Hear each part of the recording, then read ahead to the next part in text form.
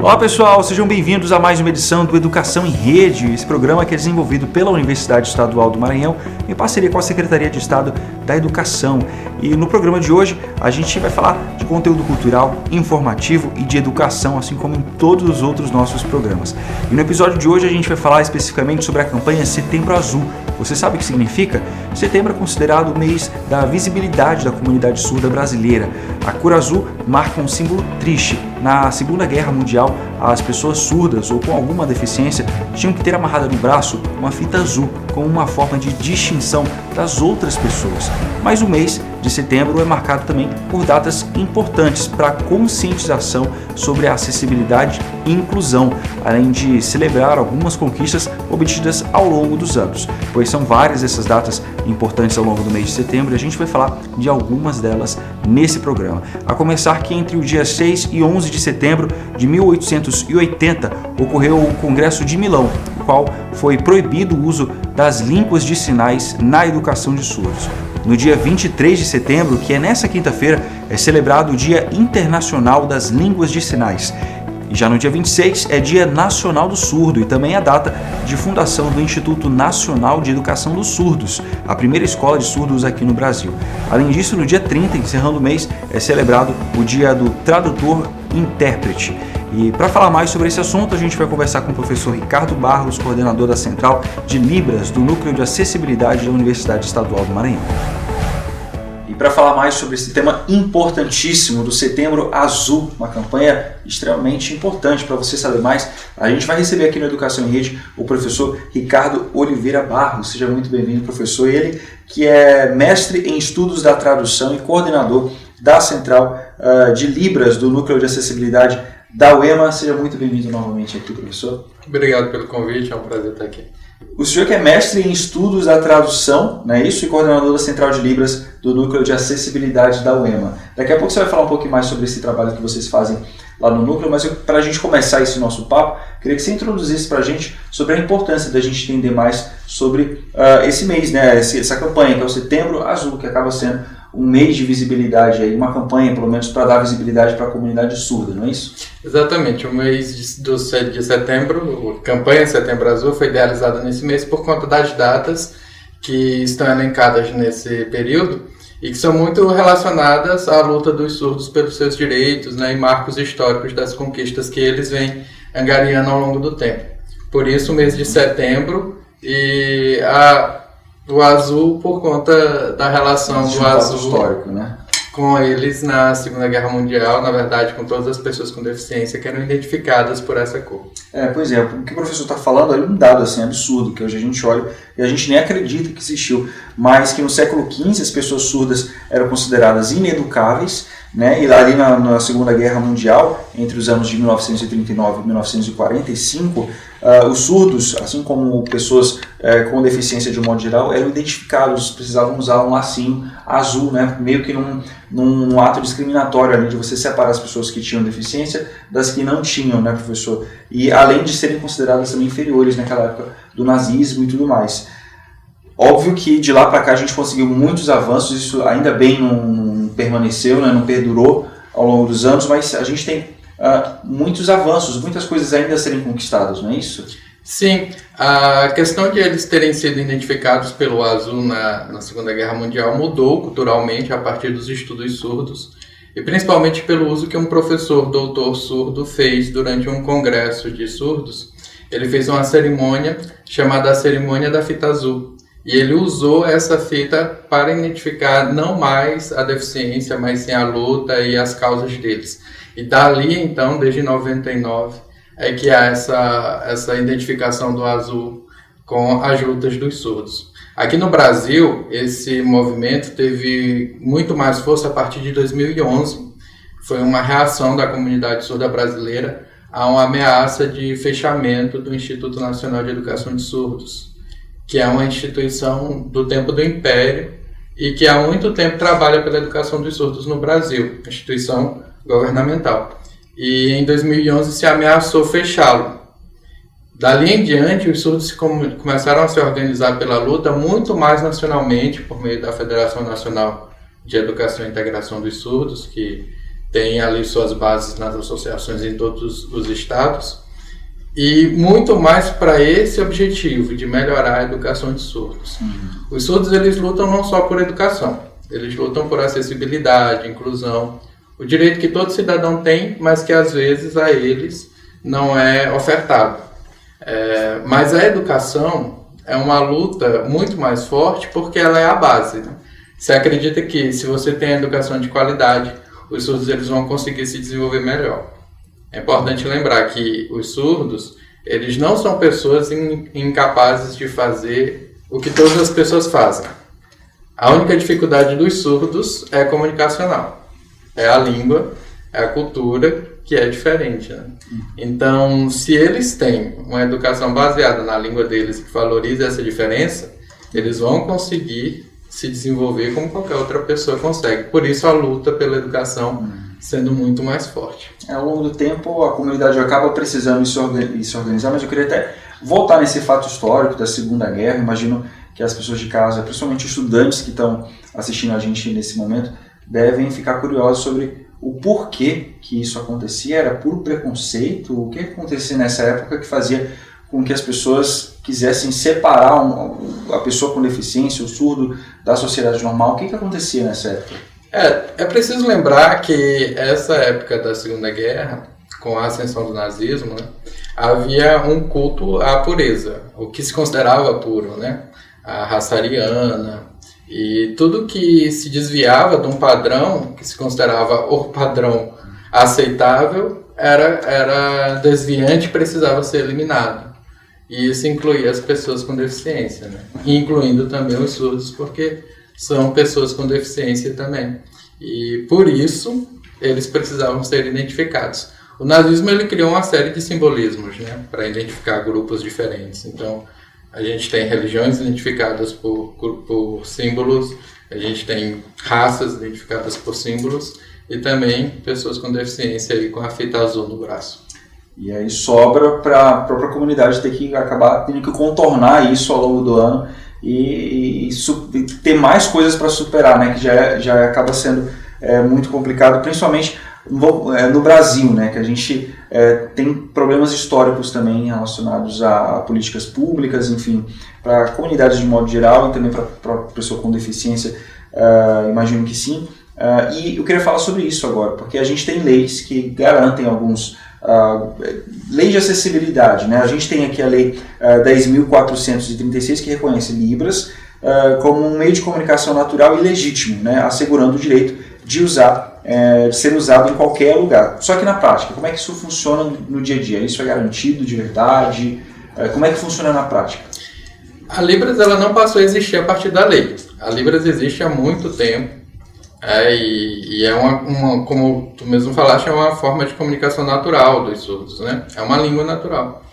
Mas o reconhecimento dela por lei foi muito importante, porque deu a base para que políticas públicas fossem desenvolvidas de olho nisso. A gente tem uma lei anterior, que é a Lei da Acessibilidade, que já citava a acessibilidade comunicacional e o uso da língua de sinais, mas o reconhecimento da língua abriu para que mais projetos fossem feitos e mais leis fossem desenvolvidas, levando em consideração a Libras e tendo como base a lei de 2002.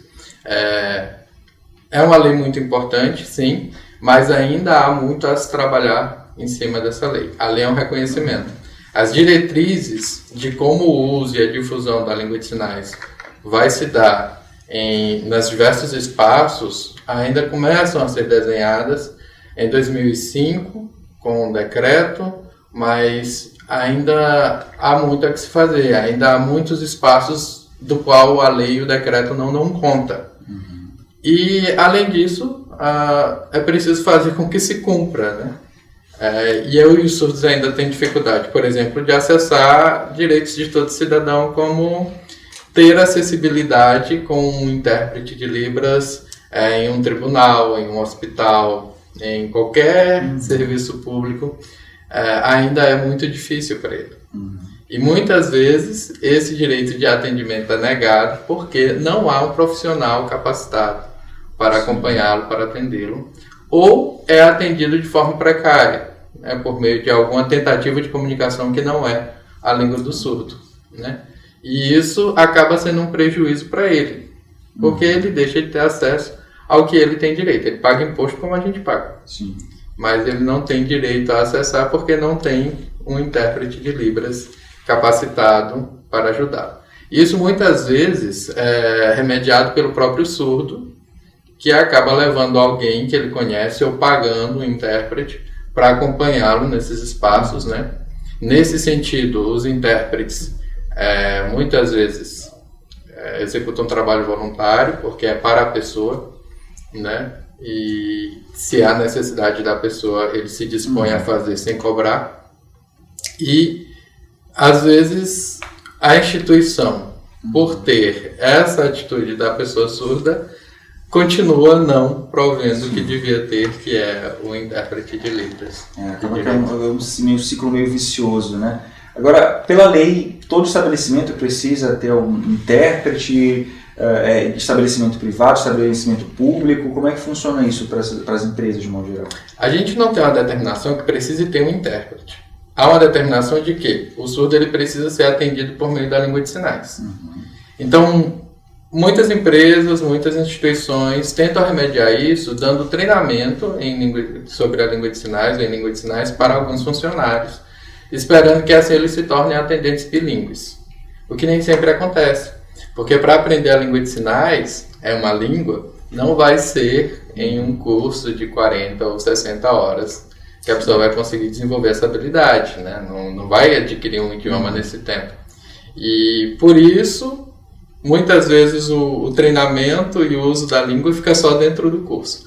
Fora dali a pessoa não vai conseguir desenvolver, mesmo porque não é todo dia que vai um surdo lá ser atendido, não é todo dia que essa pessoa vai praticar a língua. E isso vai ficando para trás, né? Ela vai esquecendo.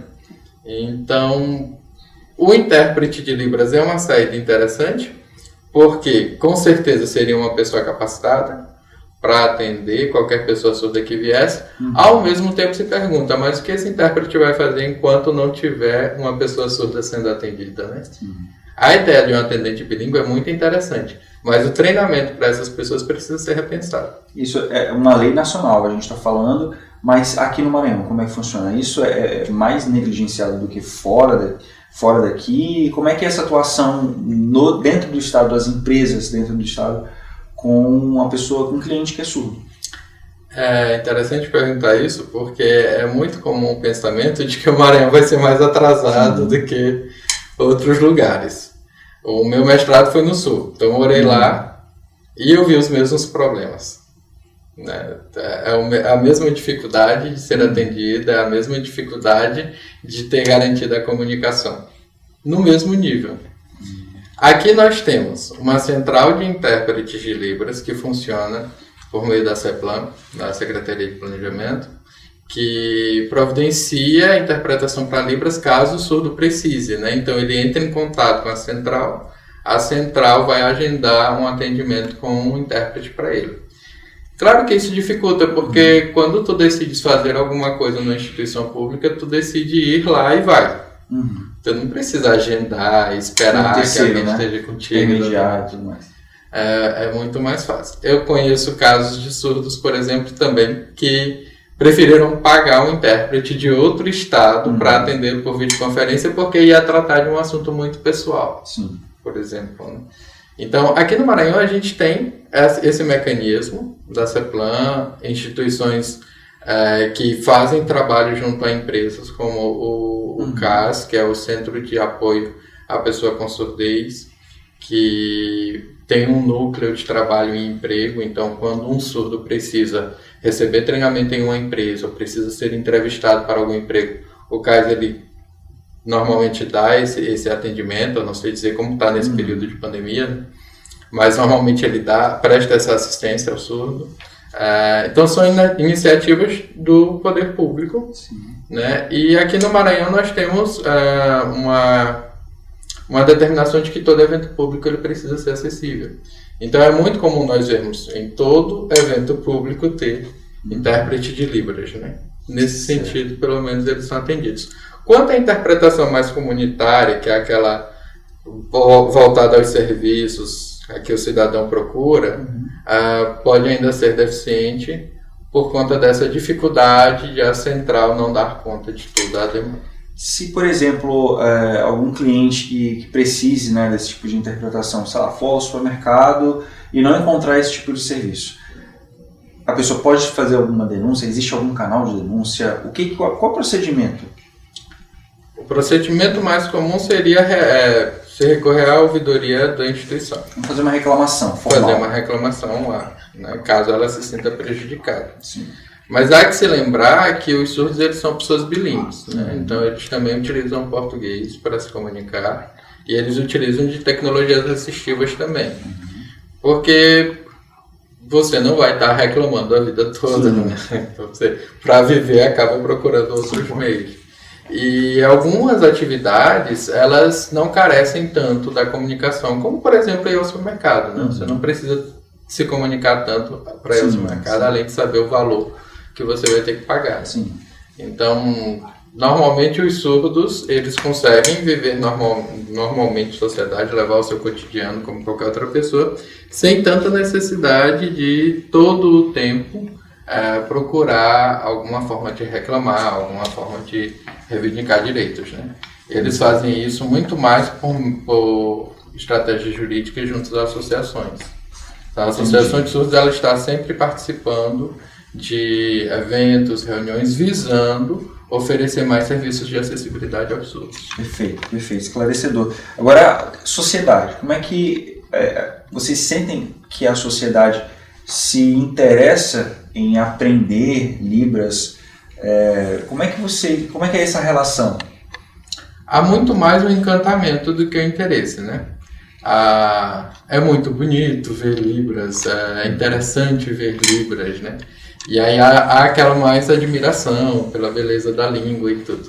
Certo. Quanto a aprender, de fato, há sim pessoas que se esforçam em aprender, né? Há gente que, depois de admirar, até passa a trabalhar na área porque aprende, investe, se torna intérprete, se torna atendente, alguma forma de trabalhar com a língua. Mas ainda há pouco.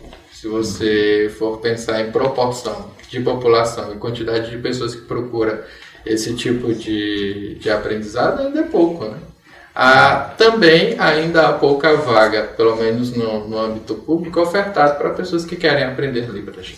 Há algumas iniciativas, como por exemplo aqui na UEMA a gente tem na plataforma Escada um curso MOOC de Libras, em que a pessoa pode entrar e aprender sozinha, né? Estudar sozinha.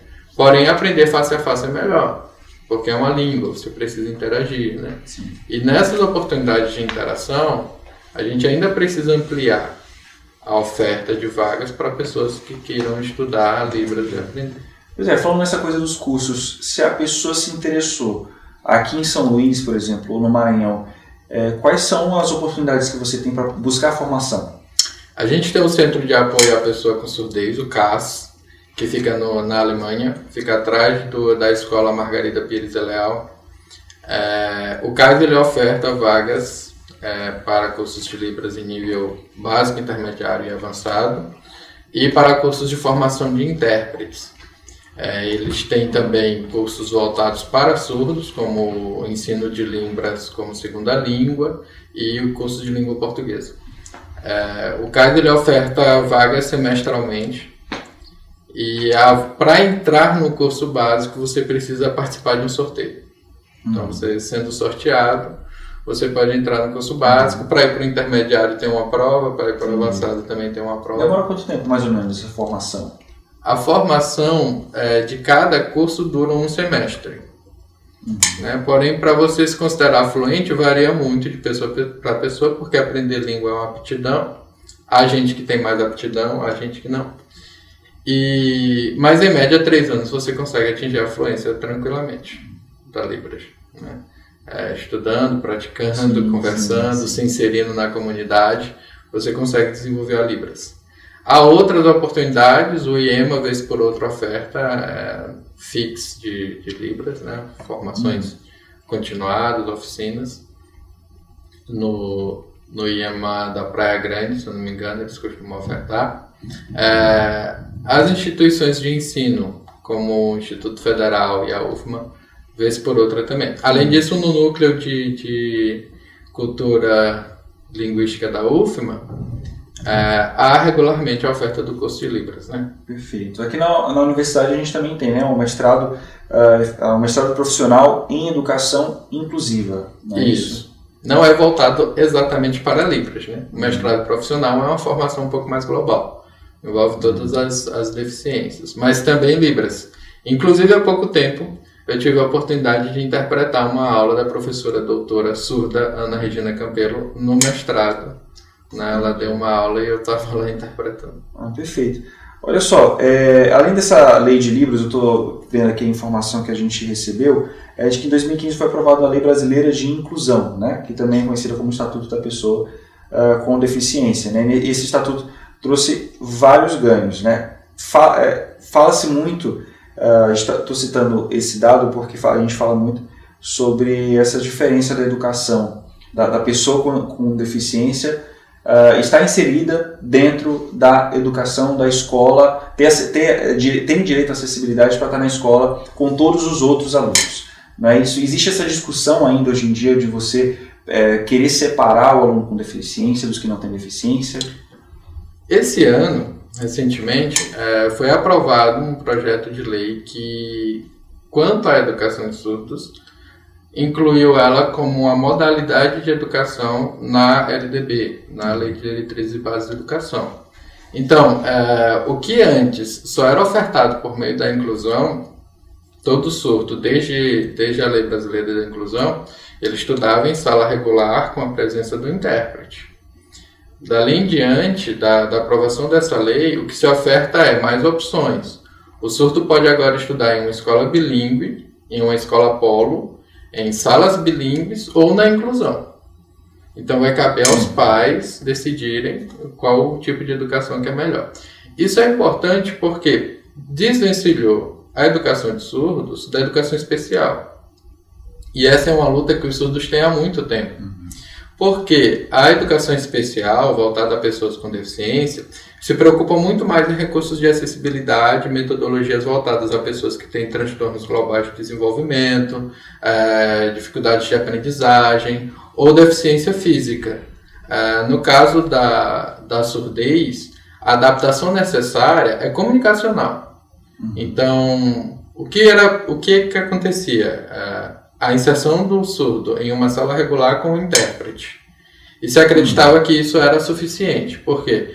Ele vai ter acesso ao ensino em língua de sinais com a presença do intérprete. Só que as experiências que a gente vem tendo é que não é exatamente o modelo ideal de educação, porque os surdos acabam ficando defasados em alguns conteúdos, como por exemplo a língua portuguesa. Porque na sala de inclusão, o surdo ele vai aprender língua portuguesa em uma metodologia voltada a ouvintes, que não é a ideal para ele. A educação bilíngue prevê que ele aprenda tudo o conteúdo escolar por meio da língua de sinais, com a presença de professores bilíngues, professores que lecionem em língua de sinais.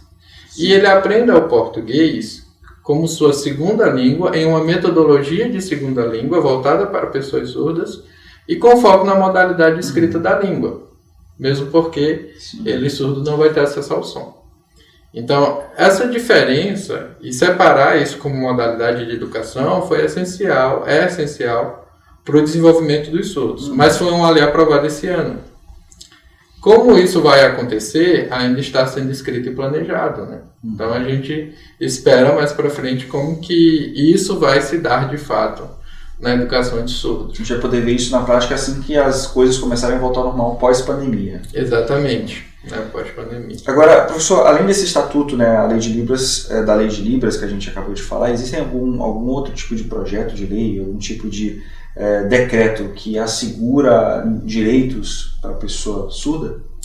O decreto 5.626 de 2005, que veio logo depois da lei que reconheceu a Libras, ele é um decreto essencial, porque ele mostra de que forma é que o uso e a difusão da Libras devem acontecer. Então, foi um decreto que estabeleceu a formação ideal para um professor de Libras, a formação ideal para um tradutor e intérprete de Libras, né? Onde que os surdos eles tinham direito de ter a presença desses profissionais, de que forma a Libras se inseriria nas outras áreas, como, por exemplo, na formação de professores, né, de qualquer professor, de qualquer licenciatura, que agora, desde esse decreto, deve ter a disciplina de Libras como obrigatória, né? A oferta da disciplina de Libras como disciplina opcional para outros cursos, obrigatória também para a fonoaudiologia, né? Então, esse decreto foi um marco na história das lutas dos surdos por isso. O outro marco foi esse que eu citei desse ano, né, do reconhecimento da educação bilíngue como modalidade. Perfeito. Professor, o senhor está lá no núcleo de acessibilidade da UEMA, eu queria que você falasse um pouquinho já para a gente caminhar para o desfecho da nossa discussão aqui, sobre o trabalho que vocês desempenham lá. Quem vocês atendem, quais recursos vocês têm disponíveis, como é que funciona o núcleo? O NAU está sob a coordenação da professora Marilda Rosa, né? Eu coordeno só a área de Libras. O NAU funciona ali no prédio da PROG. E nós, na área de Libras, na verdade o NAU ele é um núcleo que atende todas as pessoas que precisam de algum tipo de acessibilidade. Então qualquer pessoa que tenha deficiência, ela é atendida pelo NAU, né? Aqui na universidade. O atendimento ele é individual, então nós pensamos e planejamos para cada pessoa que tem deficiência, de que forma nós vamos ajudá-la a desenvolver as habilidades que ela precisa para a vida acadêmica. Então nós temos uma equipe multiprofissional de mais de 15 pessoas, compostas por intérpretes de Libras, professores de Libras, fonoaudiólogos, psicopedagogos, psicólogos e dali por diante. Então nós temos uma equipe robusta para atender todas as deficiências. Quanto a Libras, nós estamos hoje com 3 professores de Libras, 2 intérpretes. 2 desses professores também atuam interpretando. Nós atendemos os eventos da UEMA, agora online, né, nesse período de pandemia. Então, todo evento da UEMA que precisa de acessibilidade, nós estamos lá trabalhando. E aqui em São Luís nós não temos um aluno surdo, mas nós temos alunos surdos em polos do interior, né, em campos como Dizedoca, né, nós temos uma aluna surda no curso de pedagogia e ela é atendida lá por um intérprete que é vinculado ao NAU, né.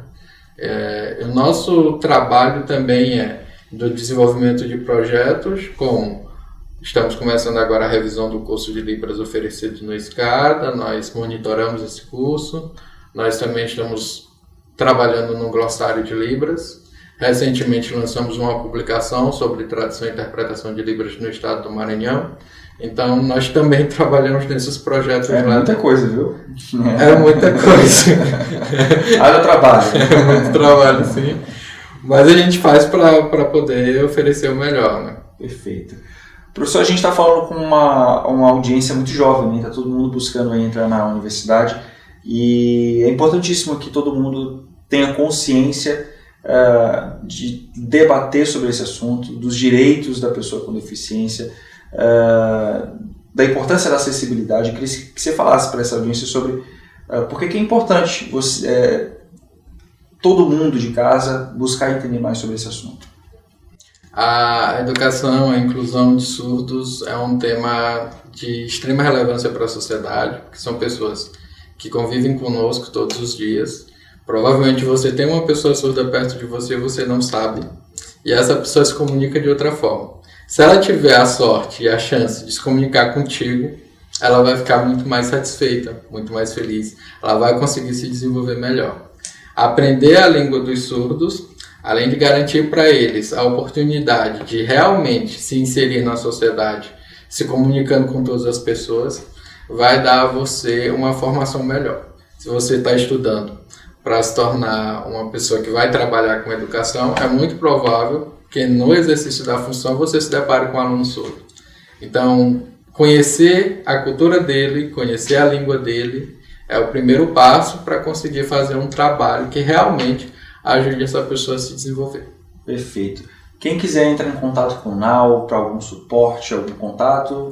O NAU tem um site, nau.uema.br. Nós temos também um perfil no Instagram, NAU-UEMA. E estamos também no YouTube com um canal no qual todas as lives que o NAU fez estão lá registradas e, vez por outra, fazemos uma nova, que também é NAU-UEMA no YouTube. Perfeito.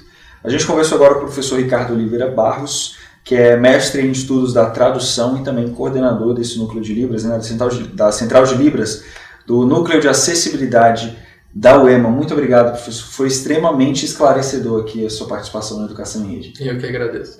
É isso, a gente vai ficando por aqui, a gente vai fazer uma rápida pausa, a gente volta daqui a pouco com mais Educação em Rede para você, não sai daí.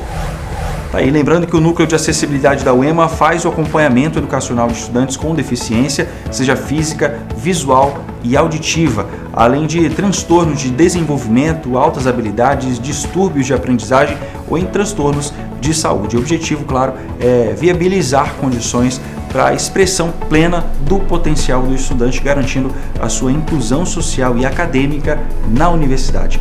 Além desse acompanhamento aos estudantes, a universidade também oferece um mestrado profissional em Educação Inclusiva em Rede, que é o PROFEI. O curso é oferecido na modalidade semipresencial, com oferta simultânea em todas as instituições de ensino superior da rede. Além da UEMA, outras 7 instituições brasileiras integram a rede nacional do PROFEI. O programa tem como objetivo desenvolver o processo formativo profissional que permita criar meios por uma sociedade e uma educação mais inclusiva para todos, desde a escola básica, valorizando as diferenças culturais, sociais, físicas, religiosas, raciais, além de formas diferenciadas de aprendizagem de cada estudante. Para você saber mais sobre o PROFEI, é só você acessar o site mestradoprofei.uemanet.net, está aparecendo no seu vídeo. Agora a gente vai fazer um rápido intervalo comercial, a gente volta daqui a pouco com mais Educação em Rede.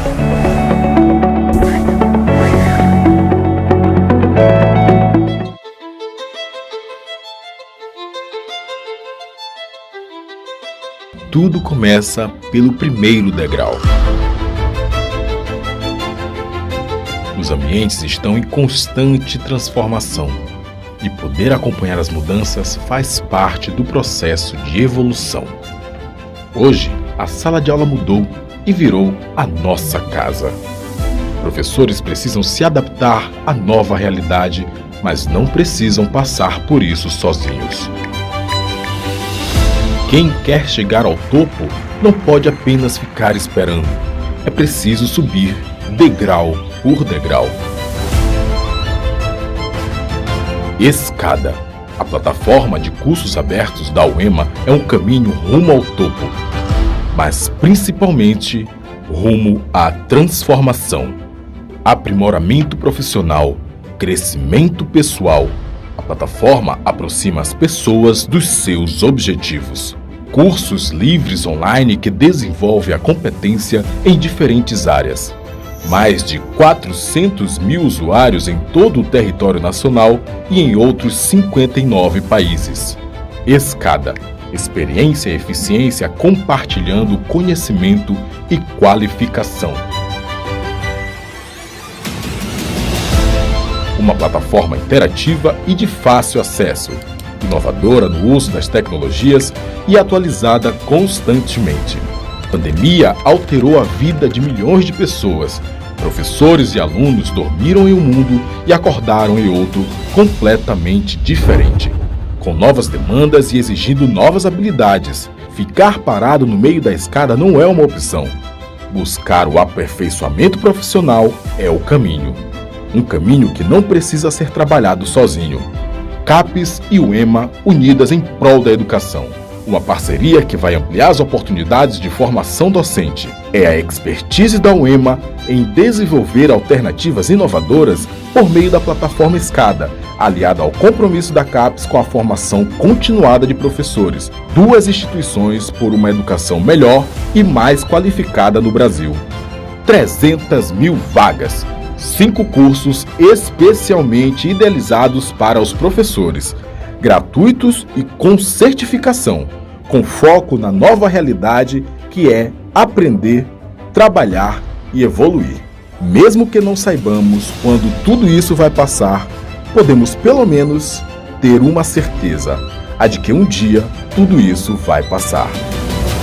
E até lá, a CAPES e a UEMA serão promotoras do conhecimento, do aprimoramento, do aperfeiçoamento profissional e, é claro, da formação de professores. Enquanto houver esperança, sempre haverá um caminho, degrau por degrau, até o topo da escada.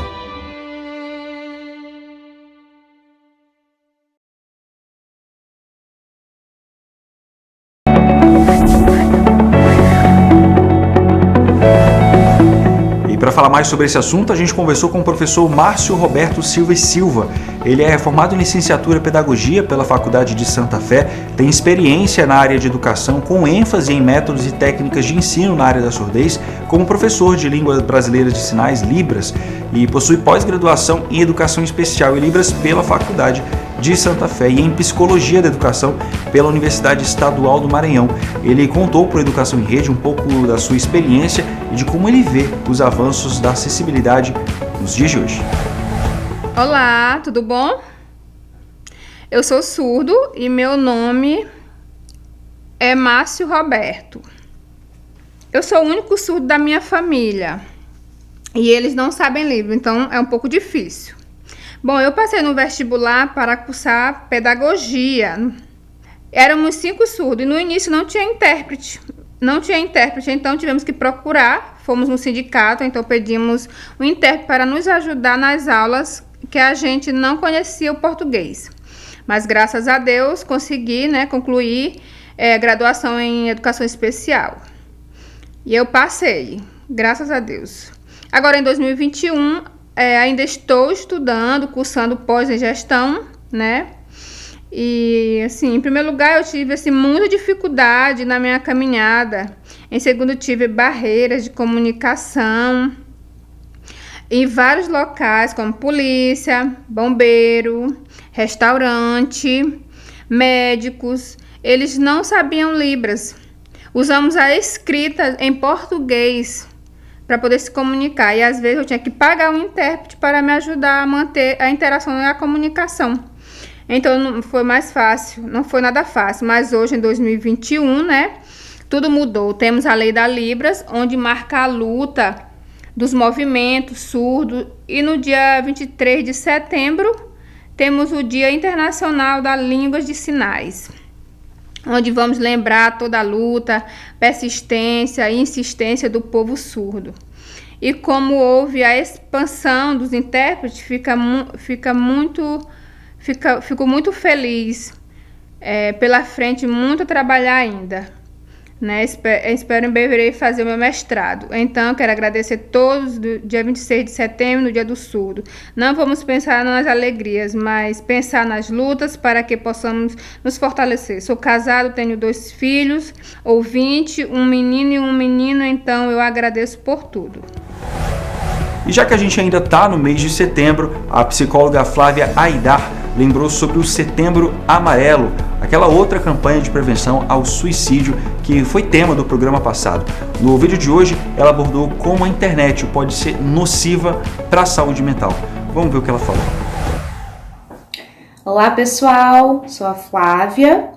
Hoje nós vamos conversar um pouquinho sobre o Setembro Amarelo. Estamos no mês que é considerado de prevenção ao suicídio, essa campanha que tem se popularizado bastante nos últimos anos, o que é muito bom porque o Brasil tem índices significativos de suicídio, enquanto um fenômeno aí que aparece principalmente na adolescência, entre os seus 15 a 24 anos, de uma forma bem expressiva.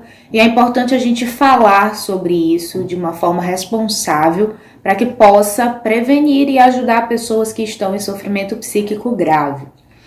Hoje, quando a gente fala em suicídio, esse tema ainda é considerado bastante tabu, ou seja, as pessoas têm dificuldade de falar sobre a morte, sobre o morrer, e especialmente quando essa morte é feita pela própria pessoa, O suicídio ele vem aí enquanto uma resposta muitas vezes a uma dor insuportável, a um sofrimento crônico que não foi qualificadamente escutado, tratado e com essa possibilidade de cura pela palavra.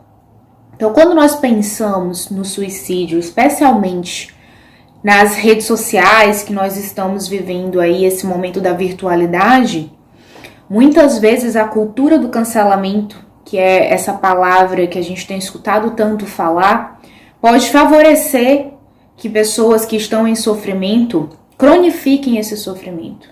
Porque nós vemos um movimento nas redes em que, se você não é concordante com a opinião de um grupo, de uma massa, de um pensamento, muitas vezes você é rechaçado pela sua diferença. O Freud, que é o pai da psicanálise, trouxe muito sobre isso em seus textos sociais, como, por exemplo, Psicologia das Massas e Análise do Eu, em que ele fala dessas pequenas diferenças entre os sujeitos que muitas vezes geram conflitos. Então, se uma pessoa se posiciona de determinada forma e recebe diversas críticas de forma agressiva em relação à sua opinião, isso pode ter efeitos no psiquismo inimagináveis. E nós precisamos ter muito cuidado com as palavras que nós utilizamos para não ferir e agredir o outro. Afinal, fazer uma crítica de forma construtiva é bastante diferente de tentar anular a outra pessoa por ela pensar diferente. Nós precisamos pensar na inclusão das diferenças e no diálogo em relação a essas diferenças para que esse sofrimento diminua. Então, quando nós pensamos nesse Setembro Amarelo, nós podemos ter uma visão diferente acerca do Setembro Amarelo e até fazer uma brincadeira com essa palavra, amar-elos, né? Amarelo.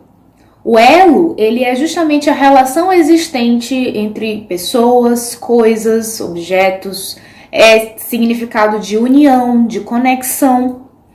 E nós podemos pensar nessa campanha enquanto um apelo à formação de novos e bons vínculos, né? Um apelo para que essas pessoas que têm seus elos fragilizados dentro da sociedade, para que isso possa ser transformado, para que a gente possa pensar nesses sentimentos de afeto de uma forma mais valorizada.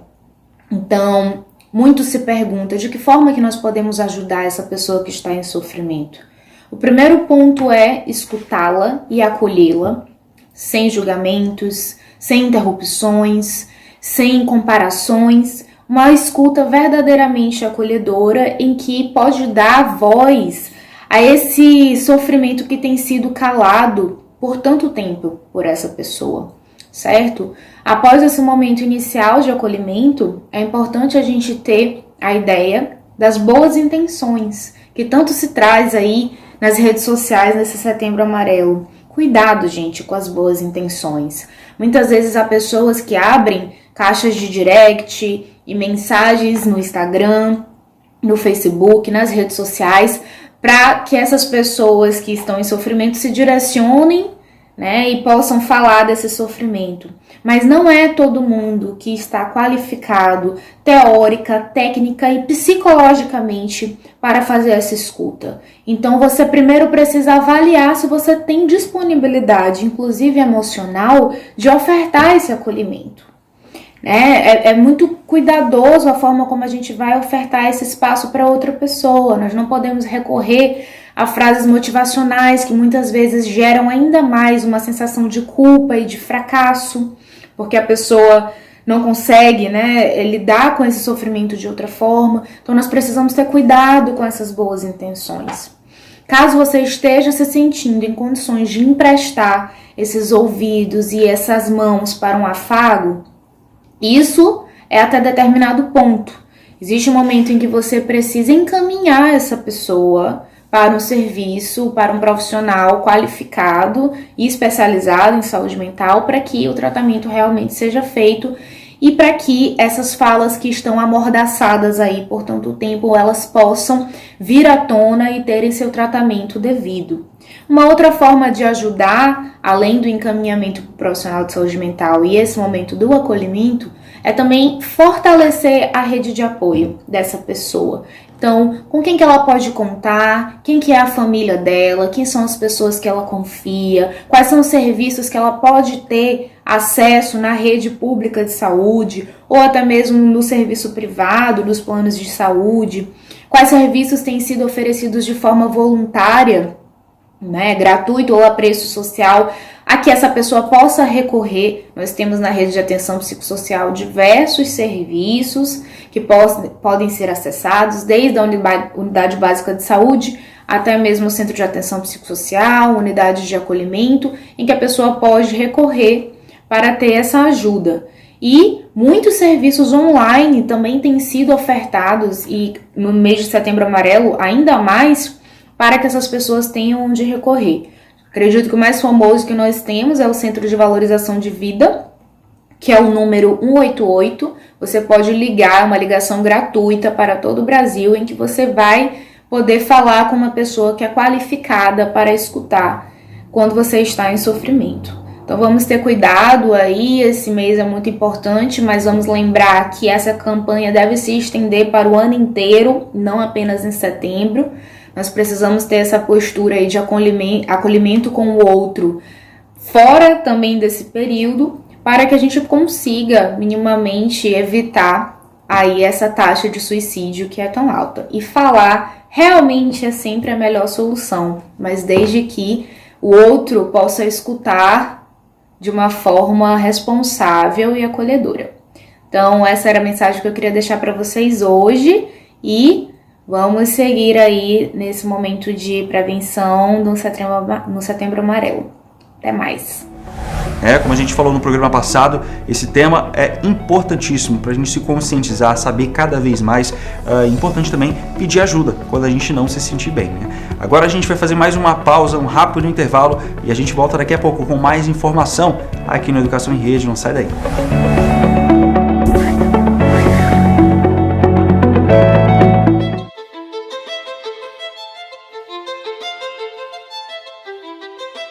Tudo começa pelo primeiro degrau. Os ambientes estão em constante transformação e poder acompanhar as mudanças faz parte do processo de evolução.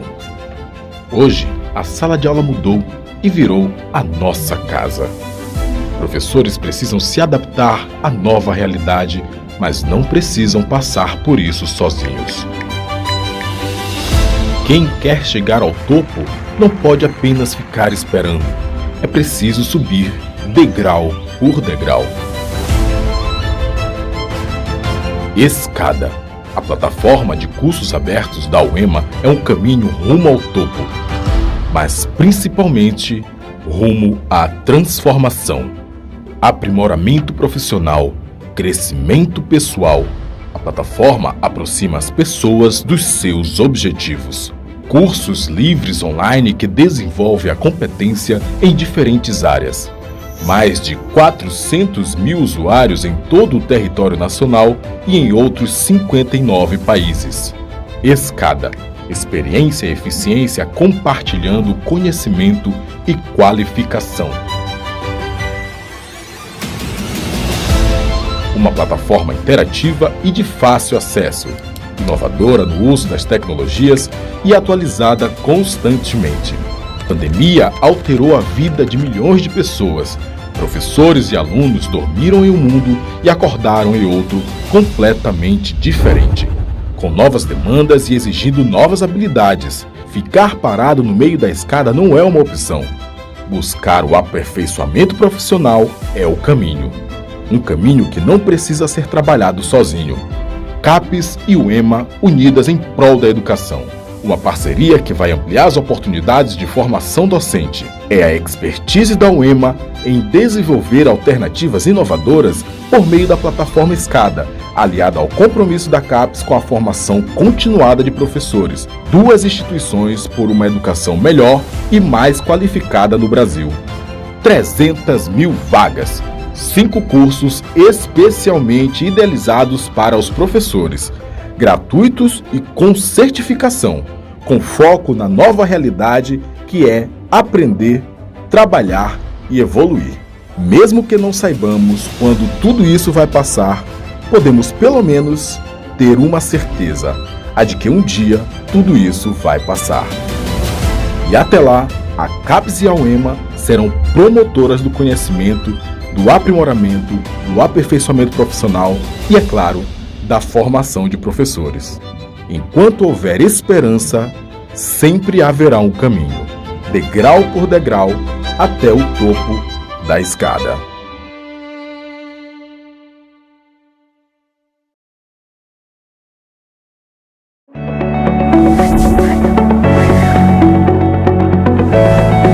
Estamos de volta com a Educação em Rede e chegou a hora da nossa agenda cultural. Vamos ver quais são as dicas de cursos e filmes que a gente vai ter hoje. Vamos ver. Eu sou Tâmara Cantanhede e voltamos com mais uma agenda do programa Educação em Rede. Nossa proposta é trazer dicas de cursos, filmes e tudo que pode ser importante para a sua educação. O projeto Círculos de Cultura, Diálogos com Freire, em parceria com a editora da Universidade Estadual do Maranhão, abriu inscrições para submissões de produções textuais no formato de cartas a Freire, resenhas, resumo expandido, relatos de experiências sobre as obras e temas envolvendo temáticas atuais e pedagogia freiriana. A iniciativa pretende materializar a forte presença de Paulo Freire em projetos comunitários executados por professores, estudantes e agentes sociais que encontram nos pressupostos freirianos motivação e esperança para transformarem a realidade que atuam. As inscrições estão abertas até o dia 31 de outubro. Os textos selecionados farão parte do e-book volume 1, cuja publicação está prevista para o final de dezembro de 2021. Outras informações, acesse o site uema.br.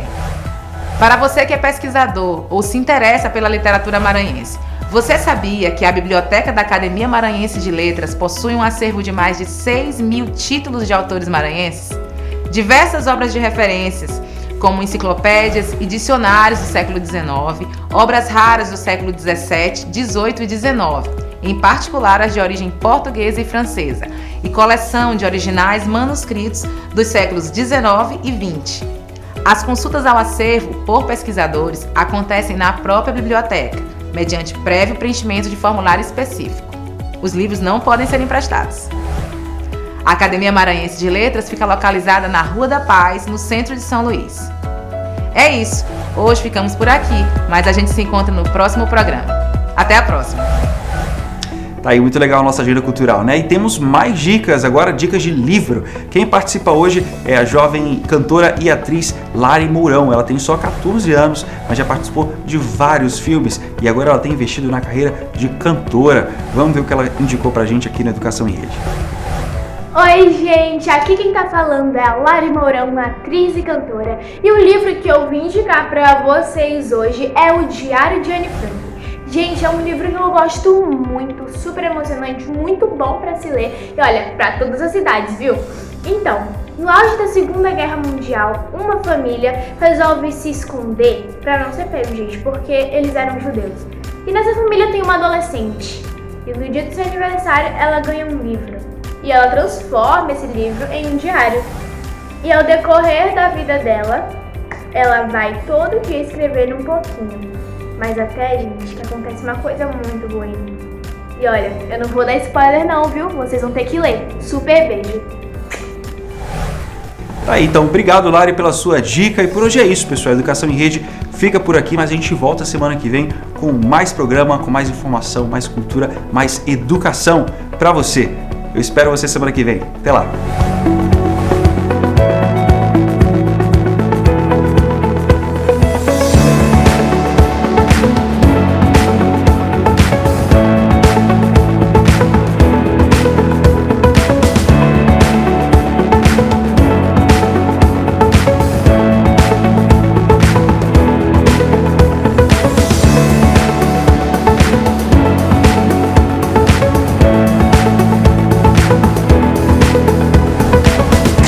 Parceira da TV Educação.